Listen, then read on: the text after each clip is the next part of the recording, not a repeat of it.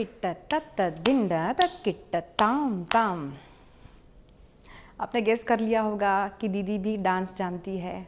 Yes, मैं भी कुचिपुड़ी सीख रही हूँ। एक कथक प्रवक्ता हूँ और डांस भी सीखती हूँ। इसका कारण है मेरे गुरुदेव। मैंने अपने गुरुदेव से पूछा कि गुरुजी, मैं कुचिपुड़ी जो क्लासिकल नृत्य है उसमें रुचि रखती हूँ, तो क्या मैं सीखूँ? तो गुरुजी ने कहा क्यों नहीं। गुरुजी ने मुझसे पूछा क्यों नहीं, बिल्कुल सीखो। और जब मैं कुछ भी करती हूँ या हमें कुछ भी करना चाहिए, उससे पहले हम ये सोचें कि ये हम क्यों करें, इसका उद्देश्य क्या है। मुझे बचपन से ही डांस में बहुत रुचि रही है। बचपन से ही डांस करती आ रही हूँ, लेकिन कुचिपुड़ी अभी अभी सीखना मैंने प्रारंभ किया है। और जब मैं कुचिपुड़ी कर रही थी और मेरी एक गुरु बहन है, वो भरतनाट्यम डांसर है, तो उसने मुझे पूछा, दीदी क्या डांस भी भक्ति होती है? क्या कला भी भक्ति होती है? मैंने कहा हाँ भी और नहीं भी। आप कहेंगे ये क्या सवाल, ये क्या उत्तर हुआ कि हाँ और ना? देखिए, मैं आपको एक्सप्लेन करती हूँ कि डांस भक्ति कैसे हो सकती है। जब हम नृत्य करते हैं तो पहले हम जाने नृत्य कहाँ से आया है, क्यों आया है। तो इसके पीछे जो हिस्ट्री है वो है पंचम वेद नाट्यशास्त्र। भरत मुनि ने ब्रह्मा जी की आज्ञा से, भगवान की आज्ञा से नाट्यशास्त्र लिखा है कि कौन सी मुद्राएं कहाँ पर। जैसे हम दूर से जब हम किसी से बात करते हैं तो वो समझ जाता है कि बुला रहे हैं, जाओ, ये है मुद्राएं। तो इसी प्रकार से डांस में भी कुछ मुद्राएं होती है, ये है अथवा अनेक प्रकार की मुद्राएं होती है। मुद्रा यानी बिना बात किए अपने हाथों से चिन्ह रूप में बताना कि उसका अर्थ क्या है, चिन्हित करना। तो कब कौन सी मुद्रा हमें उपयोग में करनी चाहिए, ये सब कुछ जो साइंस है डांस का, वो आया है किसी भी नाट्य का हो, कथक हो, भरतनाट्यम हो, कुचिपुड़ी, जो भी हो, वो उसका मूल है नाट्यशास्त्र जो भरत मुनि ने लिखा है। अब आप देखिए ये डांस का इतिहास क्या है। भगवान कृष्ण को नृत्य करना पसंद है, इसलिए उनका नाम है नाट्यप्रियः। यही नाम भगवान शिव जी का भी है, नाट्यप्रियः। इसलिए हम दोनों को ही देखते हैं कि कृष्ण भी नृत्य करते हैं, माँ जगदम्बा भी नृत्य करती है, भगवान शिव जी भी नृत्य करते हैं। सभी को नाट्य पसंद है और भगवान कृष्ण को नृत्य पसंद है। इसीलिए ऐसा आता है वर्णन कि गोपियों ने माँ पार्वती के पास जाकर इस नृत्य को सीखा ताकि वो भगवान कृष्ण को प्रसन्न कर सके। एक भक्त भगवान के लिए नृत्य करना चाहता है। दूसरी बात है, जब हम आनंद में होते हैं तो हमारा हर शरीर का हर एक अंग झूम जाता है। जैसे हम कहते हैं बस मुझे ऐसा लगता है कि मैं नृत्य करूं, यानी हर एक अंग से आनंद को प्रकट करना भी एक भाव होता है नृत्य का। अब जब हम ये नृत्य करते हैं वो भक्ति कैसे होती है? पहली बात है, जब हम क्लासिकल डांस फॉर्म करते हैं उसमें जो भी गीत लिए जाते हैं वो सारे गीत भगवत भक्तों के द्वारा लिखे हुए हैं। जैसे भरतनाट्यम में हो और कुचिपुड़ी में हो, जो भी गीत हम उपयोग करते हैं वो सारे भगवान कृष्ण, शिव जी अथवा माता पर लिखे हुए अद्भुत भक्ति गीत हैं, जिसको संगीत के साथ जोड़ करके हम उस पर नाट्य प्रदर्शन करते हैं। इसी प्रकार से ओडिसी में भी हो तो जयदेव कवि के जो भजन है उस पर नृत्य किया जाता है।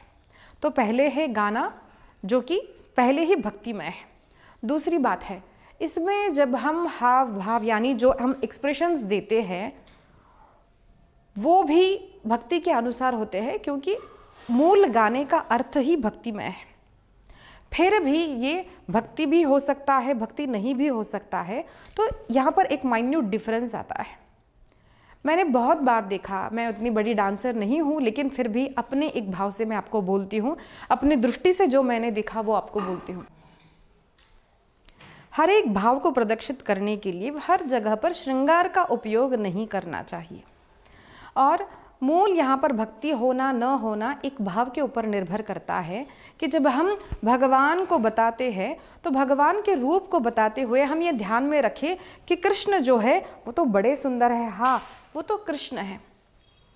और जब वही भाव हो जाता है कि देखो मैं कितने अच्छा एक्सप्रेशन दे रही हूँ, मेरा शरीर कितना सुंदर है, अथवा मेरे हाव भाव कितने सुंदर है, मेरी ज्वेलरी कितनी सुंदर है, ये जब हम प्रदर्शित करते हुए, इसको ध्यान में रखते हुए जब हम डांस करते हैं, जो भी हम बताना चाहते हैं, हम अगर अपने आप को केंद्र में रखना चाहते हैं, तब ये भक्ति नहीं होती है। तो बात यह है कि भक्ति यानी प्रत्येक अंग से भगवान की पूजा करना। डांस में देखिए हम पैरों का उपयोग करते हैं, हम हाथों का उपयोग करते हैं, संपूर्ण शरीर का उपयोग करते हैं, अपने मन का उपयोग करते हैं। हमें ध्यान रखना पड़ता है कि इसके बाद कौन सी स्टेप है।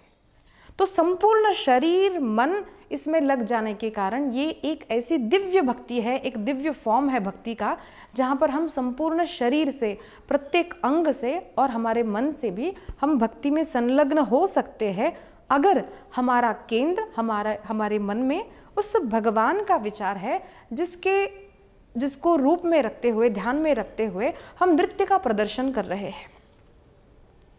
और एक बात मैं बोलना चाहती हूँ कि नृत्य मीरा ने किया। हर भक्त को आप देखिए, हर भक्त नृत्य करता है, गोपियों ने नृत्य किया है। तो नृत्य जब हम करते हैं, हमें एक विशेष भाव रखना चाहिए कि हम जिस भी भगवान के विषय में हम नृत्य प्रदर्शन कर रहे हैं, वो भगवान हमारे सामने है। उस भावना से भी वही क्रिया है, डांस वही है, वही हाव भाव है, लेकिन वही भक्ति बन जाती है जब हमारा भाव भक्ति का होता है, भगवान को जब हम ध्यान में रखते हैं। तो मैं एक अपना अनुभव बताती हूँ। मैंने जब सोचा कि मैं डांस सीखूँ या नहीं, करूँ या नहीं, क्योंकि बहुत लोग सोचते हैं कि प्रवक्ता और डांस ये क्या हो गया, क्यों करते हैं डांस। तो मैंने इस पर बहुत चिंतन किया और मैंने भागवत में भी देखा और अन्य शास्त्रों में भी मैंने पाया कि हमारे शास्त्रों में कई सारी कलाएँ हैं। और हमने देखा कि भगवान के भक्त जो है वो पॉटरी यानी कुम्हार जो है, कुम्हार भी भक्त है, नावी भी भक्त है, एक टेलर यानी नामदेव महाराज भी भक्त है, एक बिजनेसमैन जो है वो तुकाराम जी महाराज वो भी भक्त है, एक जो प्रिंसेस है, रानी है, वो मीराबाई भी भक्त है। तो भक्ति का और अपने प्रोफेशन का कुछ लेना देना नहीं होता। बात ये होती है कि हम जो भी प्रोफेशन में होते हैं उसका केंद्र बिंदु भगवान होना चाहिए। तो मैंने जब ये जाना कि भगवान को नृत्य प्रिय है, भगवान को प्रसन्न करने के लिए नृत्य करना चाहिए, तो मैंने मन में ठान लिया कि मुझे भगवान की भक्ति के लिए नृत्य सीखना है और मैंने सीखना प्रारंभ किया। फिर जब हम प्रारंभ करते उसमें कुछ अनुभूति आती है। मैं एक बार डांस कर रही थी, हमारी जो गुरु है वो मुझे डांस सिखा रही थी। भगवान कृष्ण जो है वो छोटे से कन्हैया है और वो माखन खाते हैं और यशोदा मैया उस बालक को देख लेती है और गुस्से से बोलती है कि कन्हैया तूने माखन क्यों खाया, और ऐसे जोर से चाटा लगाती है। ये मुझे अपने गुरु ने कहा कि तुम ये यहाँ पर ये आपको प्रदर्शित करना है। तो हमने बताया कि छोटे से कन्हैया है, चल कर आते हैं, यहाँ देखते हैं, वहाँ देखते हैं और ऐसे माखन खा लेते हैं। और यशोदा मैया ने देख लिया कि इसने माखन खाया है और वो कन्हैया को ढूंढते हुए वहाँ पर आ जाती है और कहते देखो कन्हैया तूने माखन खाया, अब देखो मैं तुझे मारूंगी। जब ये मैं करने गई तो मैंने बाकी तो सब कुछ कर लिया, लेकिन उस छोटे से रूप को अपने सामने देखा कि कन्हैया है और मैं यशोदा हूँ। इस भाव से जब मैं वहाँ पर उपस्थित थी डांस में, तो मैं अपने बाल कृष्ण को मार नहीं पाई। मेरे आँख में अश्रु आए और ये कई बार होता रहा, मैं नहीं कर पाती थी। अब मैं उनको बोल नहीं पाया कि मैं मार नहीं पा रही हूँ, क्योंकि वो बोलेगी कि तुम मुझे सिखा रही हो, मैंने जो कहा वो करो। लेकिन बार बार ऐसा होने पर भी मैंने ये अनुभव किया, हाँ ये सत्य बात है कि जब हम नृत्य करते हैं और भावना ये करते हैं कि हमारे सामने भगवान है, मैं यशोदा हूँ, मैं राधा हूँ, मैं गोपी हूँ, मैं शिव हूँ, तब हमारे मन में दिव्य भावों का प्राकट्य होता है। तो भावना से वही जो नृत्य है, वो जो डांस है, वो भी भक्ति बन जाता है। ये मैंने अपने अनुभव में भी किया है। दूसरी बात है कि वेम्पटी चिन्न सत्यम जो है, उन्होंने कई सारे डांस फॉर्म्स जो किए हैं। अभी मैंने हाल ही में एक प्रोजेक्ट उनका अटेंड किया था, तो उनकी बहू और उनके जो अन्य स्टूडेंट्स थे, उन्होंने कहा कि वे जब भी कोरियोग्राफ करते थे उसमें कोई भी अगर पर नारी का भी, पर स्त्री का भी वर्णन आता है, वो कभी भी नीच एक्सप्रेशंस अथवा नीच हाव भाव से नहीं बताएंगे, बड़े दिव्य भाव से बताते थे।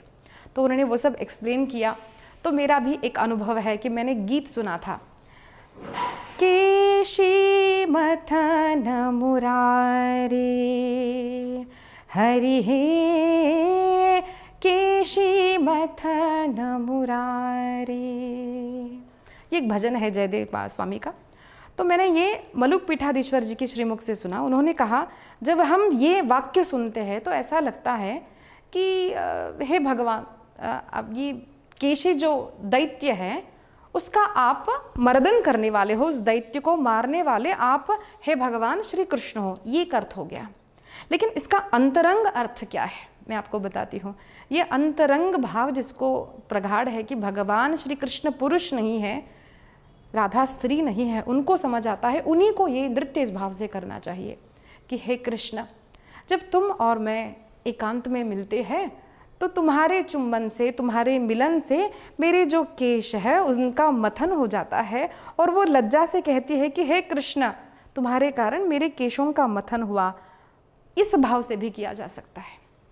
तो मूल बात है, अगर हम भगवान का ही स्मरण करते हुए भक्ति भाव से जब हम नृत्य करते हैं, वो नृत्य भी उपासना बन जाती है।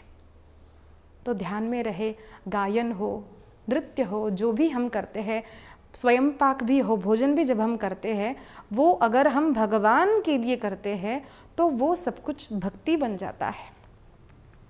इसीलिए भाव पर केंद्रित करते हुए नृत्य करे, नृत्य सिखाए और नृत्य करते रहे, और इसी प्रकार से भगवान को नटवर नागर को आप प्रसन्न करते रहे। जय श्री कृष्ण।